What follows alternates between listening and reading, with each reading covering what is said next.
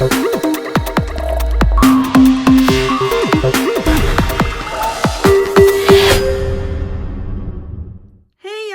back. In this video, I'm going to show you how to make this really pretty Let It Snow wreath using all items from the Dollar Tree. So stay tuned and I will show you how to make it. All right, y'all, let's get started. So first off, what you're going to need is one of these wooden Let It Snow signs from the Dollar Tree. If you can't find them in your stores, and we'll flip the tag around, woo, and zoom in. I sound like Ric Flair, woo, and zoom in so that y'all can see the numbers on the back in case you want to order them online. So let's lay that over there. You're also going to need some white paint for the sign. I use this Color Max paint and primer from Krylon. I found that this kind works really well with wood because it has the primer in it, and the wood kind of doesn't absorb it as much, as other paints. And of course the color is white, satin white in this case. You're also going to need some light blue acrylic paint. Look at this paint on my hands, y'all. Some light blue acrylic paint. This is optional, but in case you want to decorate your sign up a little bit to differentiate, between the different letters, you're going to need some paint. You're also going to need some of these little blue snowflake stickers from the Dollar Tree. That's to decorate the sign. Now on to, wait. You're also going to need one of these little dotting tool kits. Well, you don't need it. It's kind of optional, but I use it to make little dots and decorations as I'm painting, and I'm going to put links in the description box, and I'll also pin a comment to where I get that and my favorite glue gun. So for the actual wreath part, you're going to need one of these wreath forms from the Dollar Tree, a 14-inch wire wreath form, some pipe cleaners, the hot glue gun and glue sticks, a nice pair of scissors, and you're going to need some mesh.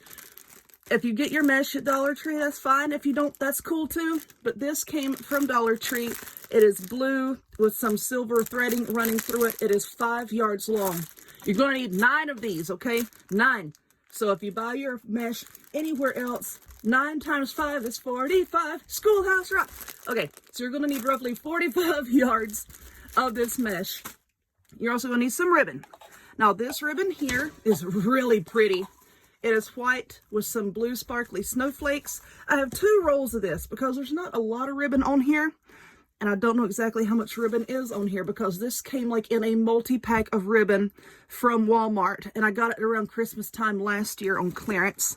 And I have this silver ribbon. I have 1 roll of this. I might have another one over here somewhere. I don't know. There's 12 feet of this. This came from Dollar Tree. 5/8 inch wide, 144 inches long. Equals the 12 feet. All right, so for this, what I'm going to do is I'm going to be making my cruffle method again. I know I haven't done a cruffle wreath in a long time, so this is going to be a cruffle wreath. And the good thing about cruffles is it hides the rough edges of the mesh where you cut it. So for the mesh, I have it cut 20 inches long, okay? 20 inches long. And I'm also going to, in this cruffle, put 2 pieces of ribbon. And to measure my ribbon, I just go 1.5 lengths of the mesh, like so. Now we're going to cut that. All right, get out of the way. You're no longer needed. Where's the silver? Here it is. Once again, just 1.5 lengths of the mesh, like this. Okay, let's get that out of the way. Now I'm just going to cut a little V in the ends of the ribbon, like this. Oops, I didn't cut all the way through.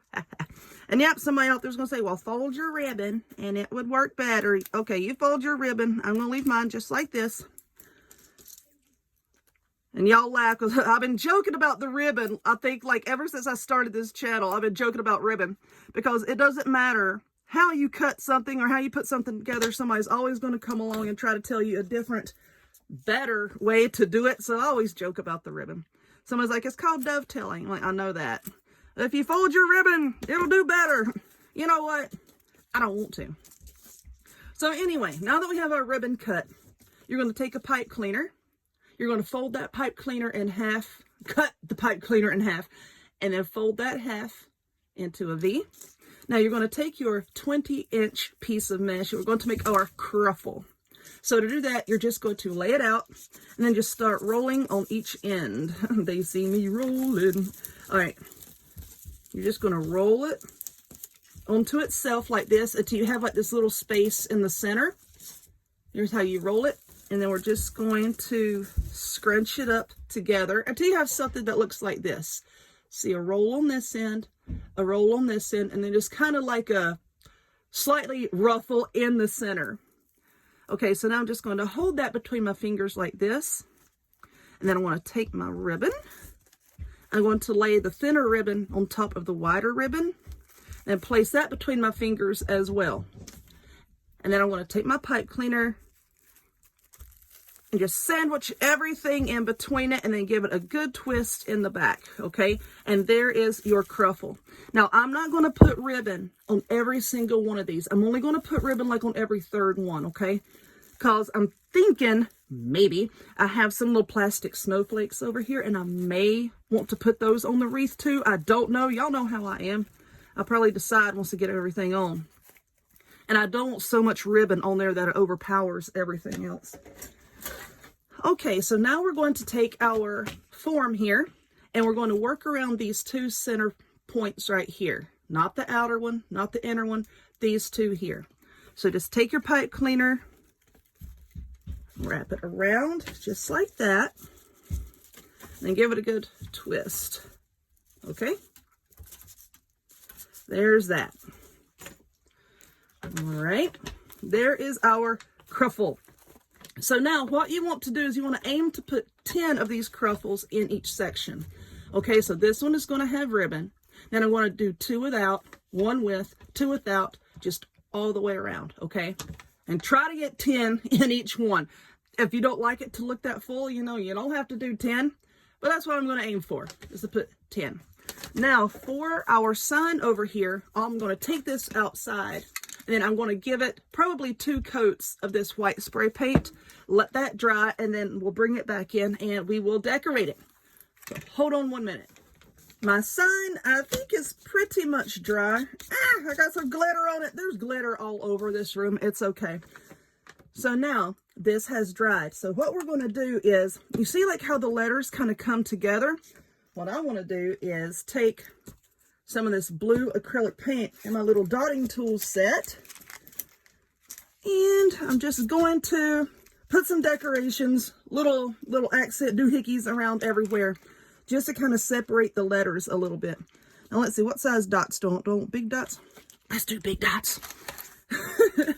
I love this tool set. I really do. I use it a lot of times in nail art, which is basically what these are.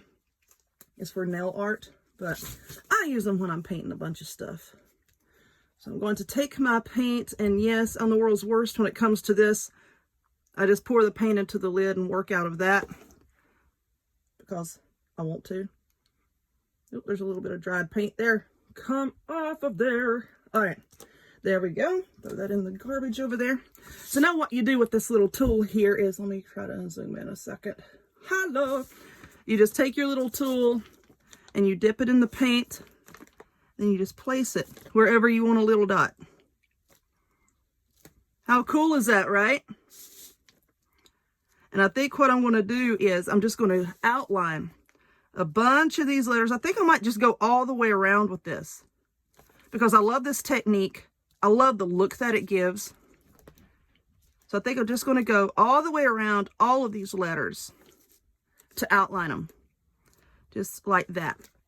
And then once I get the paint on all of my letters and I'm happy with the way that looks, I'm going to take some of these little blue snowflakes and then I'm going to hot glue them just in various points just to decorate it just a little bit more. Yes, they are stickers, but let me tell you, the adhesive on these are not really all that great.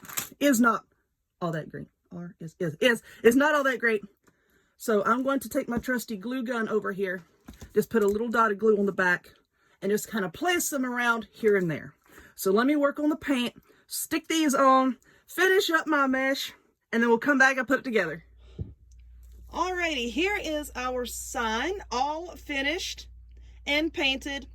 I just took my dotting tool, made all the little dots, put a bunch of them down there on that snowflake, and then I glued the little rhinestone, I guess that's what they are, I'm going to call them rhinestones, the little rhinestone snowflakes. I just glued them down to it, and what a difference a little bit of paint makes, right? All right, so let's move this over here And now here is the wreath. I don't really go around and fluff up my ribbons and everything until I have the signs put on, okay? And I do that pretty much with all of my wreaths. I just kind of move the ribbon out of the way so I can attach the sign. And then we'll go back and fluff up the ribbon.